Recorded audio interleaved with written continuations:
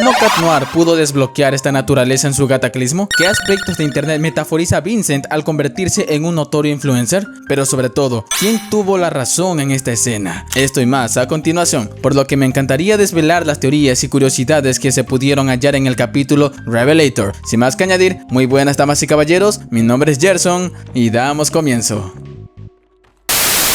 El capítulo inicia en un subterráneo no activo, en el que todos los portadores se entrenan en mantener sus formas mágicas. El capítulo no se presta para explicar estos fenómenos mágicos que suceden en los portadores. En lo particular, según lo que se mostró en el capítulo Revolution, radica en aferrarse a la magia, la cual se disipa cuando caduca su tiempo en su activo estado. Yo soy un adulto, mantener la transformación es poder solo para adultos. Supongo que ya crecieron, amo. Si lo que dijo Nuru con respecto a que ese momento donde Ladybug y Cat Noir llegaron a la adultez es correcto, la asequibilidad y el dominio completo de la magia corpórea del Miraculous reside cómo el Miraculous interpreta la adultez. Puede que los seres humanos percibamos a un individuo como adulto cuando llega a los 18 o 23 años, pero como el Miraculous fue hecho por manos humanas y no por acontecimiento cósmico, la perspectiva de los guardianes con respecto a la adultez se la percibe a partir de la misma edad en la que Ladybug y Cat Noir dominaron ese aspecto de sus poderes, porque también debemos considerar por completo el dato de que los guardianes entrenan a sus futuros guardianes desde una edad muy temprana, cosa que no es descabellado pensar que un determinado Miraculous está sujeto a restricciones que, según la longevidad del portador, dichas funciones se desbloquean progresivamente, pero no por eso significa que ya lo tienen dominado. El cuerpo crece y por ende se adapta, cuya misma adaptabilidad le permite dominar ese poder con la debida resiliencia y perseverancia que su edad le permite. No por nada Shadybug y Cat Noir tuvieron vestigios dañinos en su cuerpo al forzar ese desbloqueo antes de tiempo, pues mirándolo desde ese enfoque no resulta ser tanto un guionazo con la sutileza de esta escena de Ladybug entrenando a los Miraculous como guardiana. No resulta forzada, sino una transición natural de su rol dentro de la historia. Si analizamos el entorno en el que entrenan, es justo pensar que entrenamientos como esos llamarían mucho la atención, más cuando para Ladybug era necesario que sus discípulos se fortalecieran en el sentido previamente visto, más cuando es visto que Ladybug se toma muy en serio la regla de que nadie puede saber la identidad secreta de otro portador con tal de evitar percances innecesarios, o de lo contrario, teóricamente, ella tomaría cartas en el asunto. Ahora, con el nuevo poder visto de Cat Noir, es fácil para Ladybug acordar con Cat Noir borrar los recuerdos de un portador rebelde o que haya descubierto la identidad de otro portador. Lo siento, no pude ocultarle la verdad. Hablemos de esto después. No solamente dicho poder puede servir en ciertos portadores con ese propósito, sino también en despojarlos de la carga. Es decir, hemos visto a Ladybug sufrir por la carga de ser quien tiene que detener a Hawkmoth junto a Cat Noir, más cuando se hizo la guardiana, por lo que si algo similar sucede dentro de sus filas y se entera de que un portador quiera renunciar, podría, en primer lugar, respetar su decisión y en segundo, librarle de esa carga que se traduciría como traumas o momentos en los que su cerebro no puede procesarlo con facilidad, mediante el poder de borrar recuerdos impregnado en el Miraculous de Cat Noir. De esa forma, Ladybug podrá operar sin tener que preocuparse cómo su influencia como guardiana pueda afectar a otros a través de los enfrentamientos Akuma. Ahora, ¿por qué un portador no tiene que saber la identidad del otro? Esto es más por la experiencia que Ladybug tuvo al revelar su identidad secreta en Cat Blanc, desencadenando indirectamente la destrucción del mundo y casi del tiempo absoluto. ¡Está a punto de causar el fin del mundo, Ladybug! Puede que no suceda acontecimientos como eso, pero desataría conductas de curiosidad en el portador en su forma civil, ligándose más con el que descubrió, y como Chrysalis actúa como camaleón, podría detectar cercanía entre ciertos portadores que llamaría su atención, registrándolo en sus diarios para sacarle el mayor provecho en presionar a Ladybug a equivocarse bajo un complejo plan suyo. Si bien el nuevo enemigo que enfrenta a Ladybug y su escuadrón es más astuto que su predecesor, entonces ellos también deben verse en la necesidad de actuar con mejor cautela y furtividad si no quieren caer en las maquinaciones más perversas, lo que pondría en riesgo no solo sus identidades, sino también la estabilidad de su misión. Os Miraculous. En la primicia que Alia redactó, mostró la participación de algunos héroes apoyando a Paris, como King Monkey, Rena y Carapace, Ryuko y Miss Hound, héroes quienes apoyan a Paris cotidianamente. Y es curioso porque, si somos observadores, cada portador se presta en participar en situaciones donde su poder se acopla más a tal situación. En el caso de King Monkey en el rescate, no solo de mascotas, sino que también en las tragedias que pueden evitarse en lo que respecta a alto riesgo dada su nata habilidad en trepar. Rena y Carapace son más adeptos en la contención de animales salvajes. La foto que vemos no es la primera vez que sucede esto, lo vimos primero en Siren y después en Rocketeer. Luego tenemos a Ryuko, en el que sus poderes resultaron de mayor ayuda en incendios episodios en el que su forma dragón de agua pudo salvar vidas por medio de la rápida extinción de incendios. No por nada es honrada por los bomberos. Y finalmente Miss Hound, que sus ayudas son más cercanas a la comunidad, reflejada en el rescate de animales y la vez que ayudó a Mari a llevar su motoneta al mecánico. Es decir, cada uno de estos héroes ha encontrado su nicho dentro de la protección de París, actuando con precisión en los momentos en los que sus habilidades resultan más útiles. Esto también sugiere que, aunque el equipo en su conjunto trabaja en armonía, hay cierta distribución natural de roles que va más allá de la simple asignación de un Miraculous.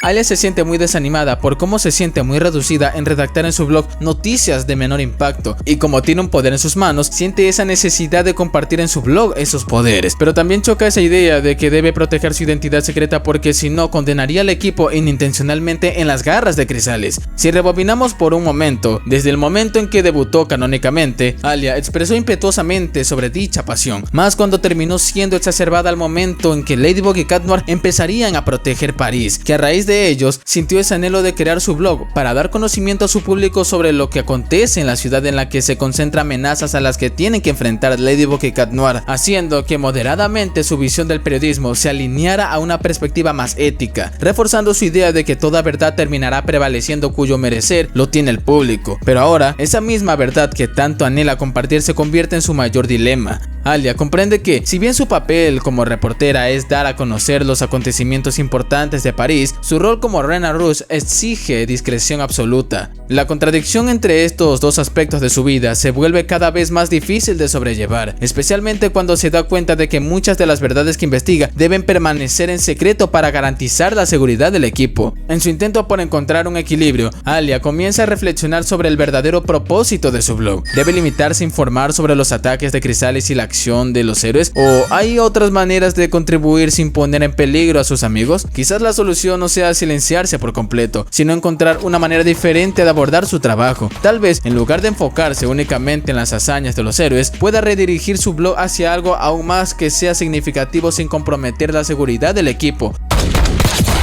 Esta pasión por el periodismo en Alia impera bastante porque ella nota que el periodismo en esta era se encuentra en pleno auge, más cuando el mundo se digitalizó en cuanto a noticias de todo tipo. Es más, la globalización de las redes sociales, los sitios web de noticias y el auge del periodismo ciudadano han transformado la manera en que la sociedad consume información. Ahora, cualquier persona con un teléfono móvil y acceso a internet puede difundir noticias, lo que ha democratizado el acceso a la información, pero también ha generado desafíos en cuanto a la veracidad y la calidad de los contenidos. Su conflicto entre la ética periodística y la seguridad de su equipo se asemeja al desafío que enfrentan muchos reporteros en la actualidad, especialmente aquellos que cubren temas sensibles o trabajan en entornos donde la información puede ser utilizada con fines peligrosos. En un mundo donde la información puede viralizarse en segundos, Alia debe preguntarse si publicar ciertos detalles sobre las hazañas de los héroes es un acto de servicio público o una amenaza a su seguridad. La evolución del periodismo hacia un modelo digital e inmediato también resuena a la forma en que Alia maneja su blog. La necesidad de ofrecer contenido atractivo y relevante choca con la realidad de que algunas verdades no pueden ser reveladas sin consecuencias. En este sentido, su dilema representa una versión dramatizada de la lucha interna que enfrentan los periodistas modernos: encontrar el equilibrio entre la transparencia y la responsabilidad. Traeremos a los desaparecidos y resolveremos este misterio con Cat Noir y Ladybug.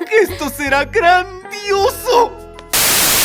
Aunque muchas son sus apariciones recurrentes, y además de ser el segundo capítulo en el que él protagoniza villanescamente, surge la pregunta: ¿qué ha sido de la vida de Vincent como para dejar de ser un fan obsesivo? Los dos capítulos que relativamente son menos en los que hace presencia es en el capítulo de Style Queen, formando parte del público del desfile de moda de Gabriel Agreste, y el de Kwame Buster siendo partícipe en un programa de veracidad, lo cual surge consecutivamente la interrogante: ¿qué lo impulsó a ser influencer? Entrando en materia, Pixelator fue el capítulo en el que se centró un poco, que se indagó sobre su personaje, no más allá de ser un fan obsesivo en tener todo sobre Jagged. Su enfoque cambió viéndolo en la audiencia en aquel desfile de moda, cosa que quien iba a estar ahí era Audrey Bourgeois. ¿Y qué tiene que ver Audrey en esta situación? Que Gabriel permita a sus empleados conducir así. Ay, yo tampoco. Siendo una crítica de moda muy prestigiosa, también es una muy polémica, lo que en teoría su fama llegó a alzarse de esa manera. Y si tratamos de encajar su participación en aquel programa de verdad o falso en los hallazgos de los participantes, Vincent pudo haber ganado algo de notoriedad en ese entonces,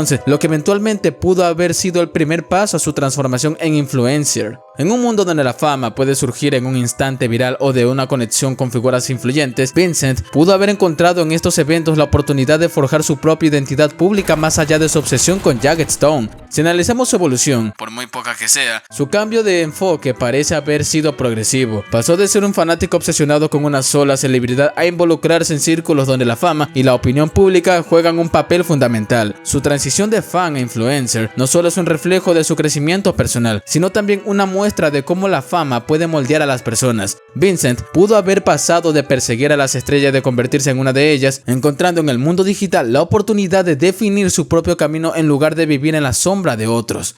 Aprovechando el caso y la senda que tomó Vincent, es innegable pensar que el morbo, la controversia y el odio han encontrado un terreno fértil en las redes sociales debido a la inmediatez con la que se difunden y la fuerte reacción emocional que generan. Los algoritmos favorecen los contenidos que favorecen interacción, y pocas cosas generan más respuestas que una discusión polémica o un escándalo. En este entorno, la indignación se convierte en una moneda de cambio, y muchos creadores de contenido, sean conscientes de ello o no, terminan fomentando un clima de hostilidad al buscar relevancia a través de la provocación. Internet ha transformado la manera en que las personas expresan sus opiniones, permitiendo una libertad de expresión sin precedentes, pero también eliminando la responsabilidad directa sobre lo que se dice. La frase de Mike Tyson encapsula perfectamente esta realidad. La distancia y el anonimato brindan una sensación de impunidad, haciendo que muchas personas digan ciertas cosas que jamás expresarían en una conversación cara a cara. En la era digital, la empatía se ve erosionada y la comunicación, en lugar de ser un puente para el entendimiento, se convierte en un campo de batalla donde el insulto y la descalificación son moneda corriente. El caso de Rorro en la velada en este año es un claro ejemplo de cómo el odio puede escalar de manera desproporcionada. Un evento que debería centrarse en el entretenimiento y el esfuerzo de los participantes terminó opacado por una avalancha de ataques desmedidos. Esto demuestra que en redes sociales el juicio colectivo es implacable y que la cultura de la cancelación y el linchamiento digital pueden arruinar la imagen de una persona en cuestión de horas. Nunca voy a hundir ni insultar a una mujer para sentirme mejor conmigo misma. Todo por querer hacerle el almuerzo a su marido. En este tipo de situaciones, la crítica deja de ser constructiva y se convierte en una cacería donde muchos participan solo por el placer de sumarse a la tendencia del momento. Ciertos influencers, en lugar de ver su plataforma como una responsabilidad, la tratan únicamente como un medio para obtener fama y dinero, sin considerar las repercusiones de sus acciones. La falta de conciencia sobre el impacto de sus palabras ha llevado en situaciones en las que seguidores, motivados por sus discursos incendiarios, cometen actos de acoso, violencia o discriminación. Algunos optan por la confrontación fácil, sin medir las consecuencias de la influencia que ejercen. El problema no radica solo en quienes generan estas polémicas, sino también en una audiencia que premia este tipo de contenido. Mientras el escándalo siga siendo más rentable que la responsabilidad, es difícil que la situación cambie. Pero claro, solo son divagaciones mías.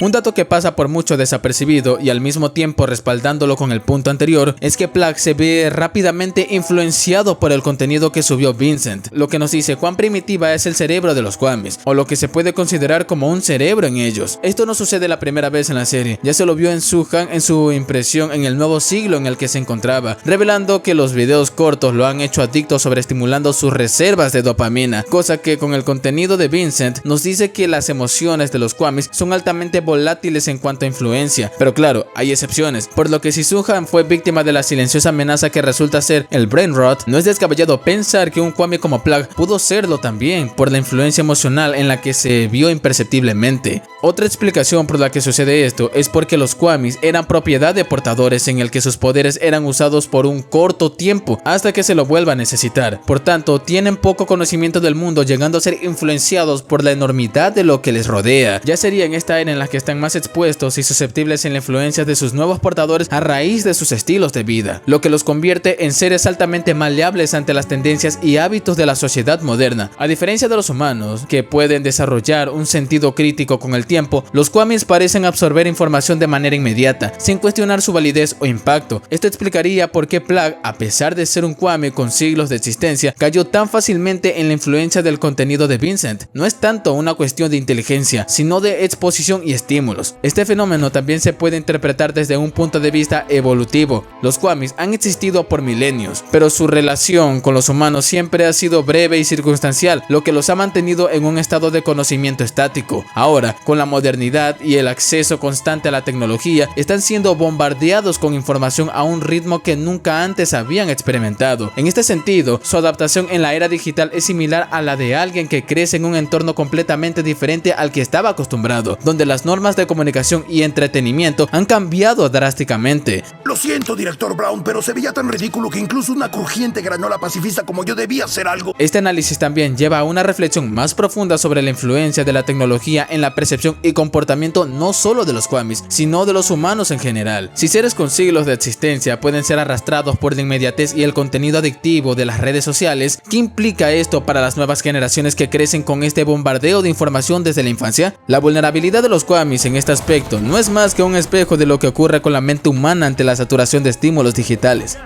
Como se ha mencionado, la verdadera estrategia que Vincent aplica para mantenerse en tendencia radica en la explotación del morbo y la controversia como herramientas de engagement. Bueno, me cuesta pronunciar ese término. Su contenido no se limita a ser informativo o entretenido, sino que busca generar reacciones intensas en la audiencia, sean positivas o negativas. Al provocar emociones fuertes, ya sea indignación, curiosidad o admiración, asegura que las interacciones de sus publicaciones se disparen, lo que a su vez impulsa la visibilidad de sus videos en los algoritmos de la plataforma. Esta táctica es efectiva porque capitaliza la necesidad de la audiencia de opinar, reaccionar y compartir, convirtiendo su contenido en una constante conversación dentro del ecosistema digital. Ciertos youtubers de crítica han perfeccionado este método, utilizando la polémica como su principal motor de relevancia. Un caso emblemático es el de Calvin Lee Bale, más conocido como Leafy is Here, llamémosle Leafy, quien basó su éxito en la creación de videos en los que atacaba a otros creadores con comentarios mordaces, burlas y un tono cínico. Su estilo no solo generaba engagement entre quienes lo apoyaban, sino que también despertaba indignación en aquellos que lo consideraban tóxico, lo que paradójicamente amplificaba su alcance. Este enfoque le permitió mantenerse en la cima de las tendencias hasta que las plataformas endurecieron sus políticas contra el acoso, lo que terminó con la eliminación de su canal. La clave de estos creadores radica en la capacidad de polarizar a la audiencia. No buscan necesariamente convencer a la mayoría de que están en lo correcto, sino provocar respuestas que mantengan su nombre en boca de todos. La negatividad, lejos de ser un obstáculo, se convierte en un combustible que perpetúa su relevancia. De esta manera, incluso cuando enfrentan críticas o sanciones, logran reformularse y seguir operando bajo nuevas dinámicas que sostienen su influencia en el mundo digital. Esta estrategia, aunque efectiva, también pone en evidencia el lado oscuro del contenido viral. Al priorizar la reacción sobre el valor real del mensaje, estos creadores contribuyen a la degradación del discurso en internet, transformando el entretenimiento en una competencia por la indignación más fuerte o el escándalo más impactante. En este sentido, el caso de Vincent y de figuras como Leafy reflejan cómo el éxito en las redes sociales muchas veces no depende de la calidad del contenido, sino de la habilidad para manipular las emociones del público a su favor. Y prácticamente halló el perfecto ángulo de ataque por el cual atacar a Mari y a Adrien en aquel podcast que grababa. Halló las respuestas que él quería escuchar a raíz de preguntas sagaces y eficaces que le permitirían sacarlos de contexto en su edición, más parecido a esto. Juanito, ¿cómo te describirías a ti mismo? Soy un enfermo, me gusta violar niños. Wow, Juanito, esas son fuertes declaraciones. ¿Qué puedo decir? Me encantan los niños. Ustedes lo escucharon, aquí en exclusiva, Juanito Alcachofa es un enfermo. Ahora, con la pregunta del millón, ¿quién tuvo la razón en esta escena? Pues ambas la tuvieron. Wait, what? Desde ambas perspectivas, ambas tienen razón. Por un lado, Alia señala que la verdad debe revelarse a toda costa, ya que con ella el crecimiento personal se optimiza y el individuo puede avanzar, profiriendo bajo la firme creencia de que tal verdad permitiría a Adrien trascender su autodescubrimiento. Ojo, verdades colectivas, no secretos personales, y muy profundos sobre todo, cosa que al presenciar la verdad de la que Mari ha ocultado por tanto tiempo, omitiendo su lealtad a su amistad por medio de su transparencia, mentirle así de esa forma a Adrien es un tanto egoísta el que se guarde, porque no solo Mari, sino también Alia nota como Adrien aún se esfuerza en encontrar su camino y propósito con el que sentirse pleno y mejorar como persona, y más aún con lo de su padre. Esa búsqueda en su identidad parece ser que lo carcome aún más, porque, por lo visto, puede que la serie no lo muestre, pero cabe la posibilidad de que Adrien perciba la verdad que le dijo Boc Noir como algo inconclusa o una verdad que fue dicha a medias, porque en sí no le mintió ni le dijo la verdad, le reveló una versión de la historia parcial que resulta ser ambigua. Incluso Vincent cuestionó este pequeño hueco en la narrativa que Ladybug reveló en la prensa, tras aquel acontecimiento que sacudió completamente al mundo. Para Alia, no es justo que Adrien viva en una mentira, al igual que lo dice desde una perspectiva periodística, ya que a lo largo de su carrera en el Ladyblock entendía cómo el conocimiento que adquiría con relación al mundo de los Miraculous, divulgándolo como tal, le hacía pensar que era necesario que la audiencia en general entienda cómo ha funcionado el mundo desde entonces para aprender y evolucionar la manera tradicional o actual en la que el mundo se ha regido, ya que es a partir de la historia que los seres humanos aprendemos para no olvidar de dónde provenimos y no olvidar nuestras raíces, con la premisión y visión de evolucionar y trascender en el mundo en el que nos encontramos. Por otro lado, Ladybug cree necesario ocultar la verdad porque vio las consecuencias cuando ciertas verdades que ella profirió llevaron al mundo a desastres nunca antes vistos. Lo vimos principalmente en el momento en que presenció a Paris y el mundo entero destruido solo por una carta de amor, y deducir cómo fue que ese efecto mariposa la llevó a esa situación. Ladybug le oculta la verdad a Adrien porque no sabe si creará un antagonista igual o peor de lo que fue su padre, llevándolo a una conducta de la que ella no reconocería al hombre del cual se enamoró. Más bien, ella quiere evitar repetir el ciclo antagónico que lleva a un hombre a desear aquello que tanto quiere, mas haría lo necesario e imposible para manifestarlo, porque Ladybug reconoce que se ha equivocado múltiples veces, y al no conocer el posible resultado de lo que es revelar esa información a su amado, entonces guardarlo, hacerle creer que su padre fue un héroe, es lo mejor para que él viva en la tranquilidad de que su padre por fin hizo algo bueno. Pero todos sabemos que es una verdad que no durará mucho. Mari no le contó tal secreto a Alia porque la conoce, sabe que su convicción por la verdad es inquebrantable y que, de haberlo sabido, habría insistido en que Adrien merece conocerla, lo que podría haber generado un conflicto entre ambas. Aquí radica el dilema moral de ambas posturas. ¿Hasta qué punto es válido ocultar la verdad en alguien en la estabilidad emocional de alguien? Alia ve la verdad como un derecho, como una herramienta de crecimiento que permitirá a Adrien construir una identidad auténtica. En cambio, Ladybug, desde su experiencia, comprende que la verdad también tiene un costo y que, en ciertas circunstancias, revelarla puede ser más destructivo que beneficioso. Del mismo modo, Alia y Mari no están en lados opuestos del conflicto, sino que representan visiones distintas de un mismo problema, ambas con razones válidas y consecuencias inevitables, motivadas por la preocupación por Adrien, pero sus enfoques son diametralmente opuestos.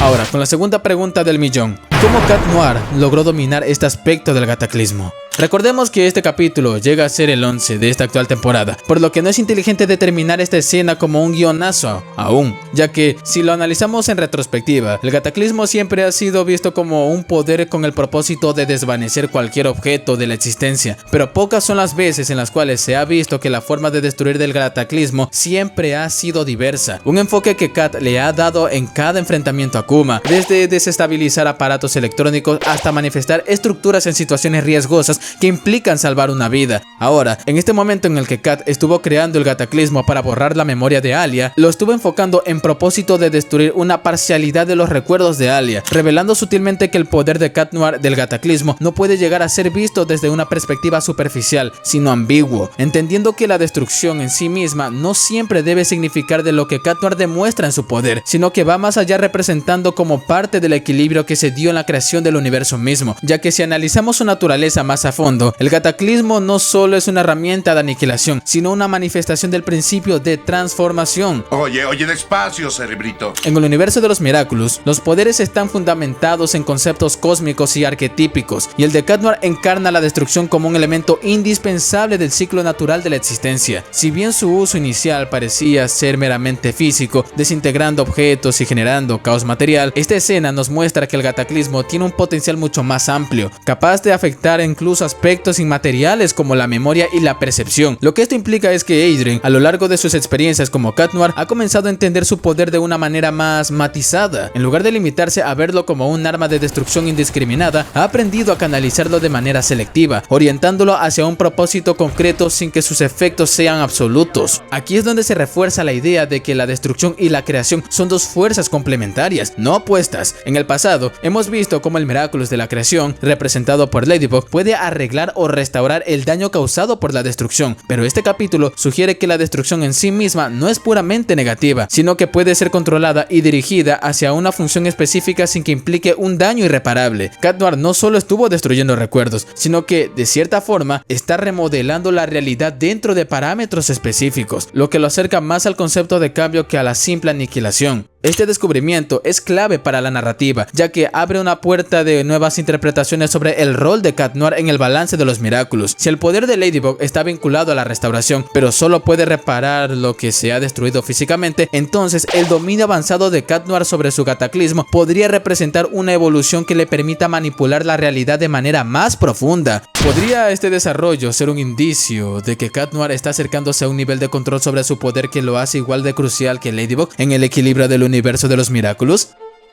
Y dime qué piensas al respecto con relación a los eventos de este capítulo, porque te estaré leyendo en los comentarios. También quiero anunciar que las membresías están activas en el canal, donde hallarás a un solo precio todos los beneficios de ser miembro en este canal, sin mencionar que apoyarías enorme y económicamente en el crecimiento del mismo, retribuyéndoles con un saludo exclusivo al final de mis videos. Sin más que añadir, mi nombre es Gerson y nos veremos en la próxima.